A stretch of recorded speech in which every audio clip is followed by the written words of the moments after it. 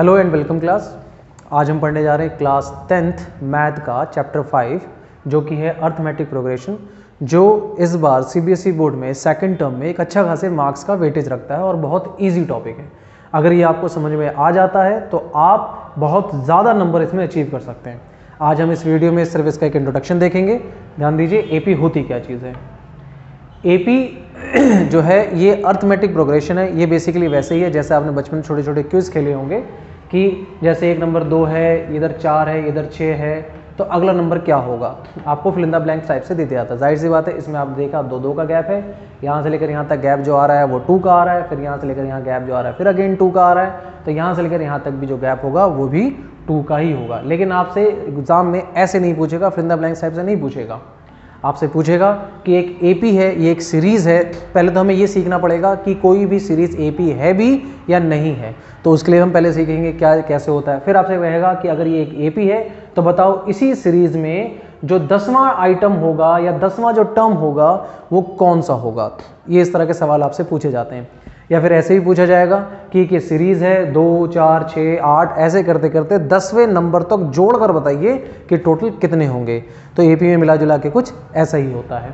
तो मैं आपको बस ये बता दूं कि एपी होता क्या है और एपी को हम कैसे चेक करते हैं। ध्यान दीजिए, एपी को चेक करने के लिए सबसे आसान मेथड ये होता है कि बस आप ये देखें कि शुरू से लेकर एंड तक उनके गैप बराबर होने चाहिए। जैसे इस वाले सीरीज़ में शुरू से लेकर एंड तक गैप जो है वो 2-2 का है।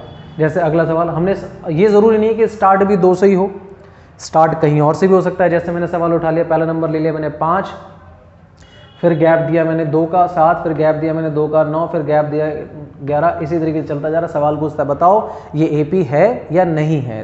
तो इसके लिए सबसे पहली चीज़ हमें देखना होगा, गैप देखना होगा। गैप कितने का है? 2 का। अगेन गैप कितने का है? 2 का। अगेन गैप कितने का है? 2 का। अगर डिफरेंस शुरू से लेकर एंड तक सेम है तो वो एपी है। अब इसी में आगे सवाल आपसे ये पूछेगा कि अगर ये एपी है तो बताइए इसका 10वां टर्म यानी A10 क्या होगा। तो उसको निकालने के तरीके हैं। ध्यान दीजिए किस तरीके से करेंगे। जैसे इसमें जो सवाल था वो ये था कि पहला नंबर 5 है, दूसरा नंबर 7 है, तीसरा नंबर 9 है, फिर 11 है, और आपसे पूछेगा कि बताइए इसमें 10वां टर्म यानी 10th टर्म क्या होगा। तो इसके लिए पहले कुछ बेसिक बातें सीखनी ज़रूरी होती हैं। इसमें हमेशा हम पहले नंबर को ऐसे कहते हैं, जो फर्स्ट नंबर होगा उसको हम कहेंगे ए, जो सेकंड नंबर होगा उसको हम कहेंगे A2, जो थर्ड नंबर होगा उसको हम कहेंगे A3, इसी तरीके से जो 10वां नंबर होगा उसको हम कहेंगे A10। ठीक है, इसी तरीके से 7वां नंबर A7, 11वां नंबर A11, 100 वाला नंबर A100। अभी इससे पहले जो हम क्वेश्चन कर रहे थे उसमें देख रहे थे कि डिफरेंस कैसे निकालते हैं। तो डिफरेंस हमेशा हर दूसरे नंबर में से पहला नंबर घटाना होता है। यानी हर सेकंड में से मैं लिख सकता था सेकंड -1, उसको मैं लिख रहा हूं A2 - A1। तो वो क्या होगा, इसमें डिफरेंस क्या है? 7 - 5, आंसर कितना आएगा? 2। ये बात तो हम देख के ही बता सकते हैं, लेकिन एग्जाम में आंसर हमें लिख के बताना है, प्रेजेंटेशन करके बताना है, इस वजह से हम देख के उसमें नहीं बता सकते, प्रेजेंट करना है। तो इस वाले का गैप कितना है? इस वाले का गैप 2 है, तो मतलब अगले में भी देखते हैं अगला गैप कितना है। अगला गैप दिखाने के लिए अब हमें तीसरे में से दूसरा घटाना है। तो अगेन D = A3 - A2। तो यहाँ पे देखा D3 कितना है? 9, A2 कितना है? 7। अगेन आंसर कितना आ रहा है? 2 आ रहा है।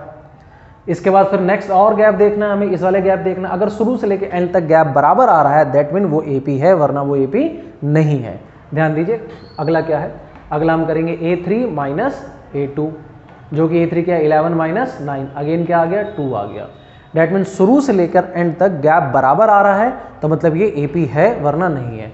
सवाल को कंटिन्यू करते हैं। हमसे सवाल पूछा गया कि इसी सीरीज में 10वां नंबर क्या होगा। तो जरा थोड़ा सा और सीखना है इसमें, तब हम आंसर निकाल सकते हैं। थोड़ा और ऐसे सीखना है। जैसे आपने भी देखा कि पहले नंबर को हम कहते हैं A1, दूसरे नंबर को हम कहते हैं A2, तीसरे नंबर को कहते हैं A3। तो इन सबके एक स्पेसिफिक फॉर्मूले होते हैं। A1 जो होता है वो हमेशा पहला ही नंबर होता है, और जो A2 होता है यानी दूसरा नंबर जो होता है उसमें क्या होता है? पहला नंबर प्लस डिफरेंस जोड़ देते हैं, A + D जोड़ देते हैं। जो तीसरा नंबर है उसके लिए हमें निकालना होगा A + 2D, यानी पहला नंबर और डिफरेंस को 2 बार जोड़ दो। सोच के देखो, जो सवाल था 5, 7, 9, 11, पहला, अब मैं दूसरा नंबर निकालना चाहता हूँ। दूसरा नंबर क्या होगा, पहला नंबर प्लस डिफरेंस। पहला नंबर कितना है 5, डिफरेंस कितना है 2, 5 2 मिला के 7 हो गया। तीसरा नंबर के लिए क्या है, पहला नंबर कितना 5 और क्या बोला डिफरेंस 2 बार, डिफरेंस कितना 2 था, डिफरेंस को हमने 2 किया, कितना आ जाएगा 4, 4 प्लस 5 कितना हो जाएगा 9। इसी तरीके से अगर हमें A4 निकालना है तो फॉर्मूला बनेगा A प्लस 3D। अगर मुझे 5 निकालना है तो आंसर फॉर्मूला होगा A प्लस 4D। अगर आप इस पैटर्न को समझ गए कि भाई जितना नंबर मुझे निकालना है बस उसमें से एक नंबर कम कर दे D में तो हमारा वो नंबर आ जाता है। जैसे अभी हमसे सवाल पूछा था कि 10 टर्म निकालना है, तो 10 टर्म क्या होगा, A10 is equal to A plus 9D। उसी तरीके से अगर हमसे 20 पूछता है तो A प्लस 19D, A15 पूछता है तो A प्लस 14D। तो इसमें फॉर्मूले को पुट कर देते हैं, आंसर हमारा आ जाएगा हमसे A10 पूछ रहा है, इसी सीरीज में 10वां नंबर क्या होगा। तो हमने देखा पहला नंबर कितना था 5 और इस सवाल में हमारा D कितना था 2, तो हमने 9 में 2 से मल्टीप्लाई कर दिया, तो आंसर आएगा 5 प्लस 9 2 जा 18 और यहाँ पे इसको जोड़कर आंसर आएगा 23। यानी अगर हम गिनती को इसी तरीके से आगे बढ़ाते जाएं तो जो 10वां नंबर होगा वो हमारा 23 होगा। इसको आप कह सकते हैं A10 जो है वो 23 है। तो ये AP का एक बेसिक इंट्रोडक्शन है, ठीक है। आप इसी तरीके से और क्वेश्चन कर सकते हैं। हमारी जो 10th की बुक है उसमें जो फर्स्ट एक्सरसाइज है वो इसी के आधार पे है। इसमें और सारे फॉर्मूले बन सकते हैं। जैसे आपसे एक और बात पूछ सकता है, सवाल कैसे होगा, जैसे कहेगा कि पहला नंबर दे रखा है 5, दूसरा नंबर दे रखा है 11, तीसरा नंबर दे रखा है इसी में 17। आपसे इसी तरीके से पूछता है बताइए A7 कितना होगा। नेक्स्ट क्वेश्चन उसी पुराने बेसिस पे। तो देखिए सबसे पहले आपको क्या करना होगा, सबसे पहले आपको A पता करना होगा। A कितना हमारा 5, यानी A हमेशा फर्स्ट टर्म होता है। फिर आपसे पूछेगा D कितना होता है। D क्योंकि फॉर्मूला आपको A7 निकालना, तो मैं यहाँ बता देता हूँ A7 का फॉर्मूला क्या होगा। A7 का फॉर्मूला होगा A प्लस 6D। अब आपको A भी पता करना है और D भी पता करना है, इसीलिए हम वहाँ पे A और D को फाइंड आउट कर रहे हैं। अगला क्या है, D आपसे पूछेगा D कैसे निकलेंगे। D वही है, हर दूसरे में से पहला घटाइए D आ जाएगा। कैसे, तो D निकालने के लिए हम क्या करेंगे A2 माइनस A1 करेंगे, हर दूसरे में से पहला घटाएंगे। तो दूसरा नंबर क्या है यहाँ पे 11 है, 11 में से हमने पहला घटाया यानी 5 घटाया, आंसर कितना आ जाएगा 6, तो यानी हमारा डिफरेंस हो जाएगा 6।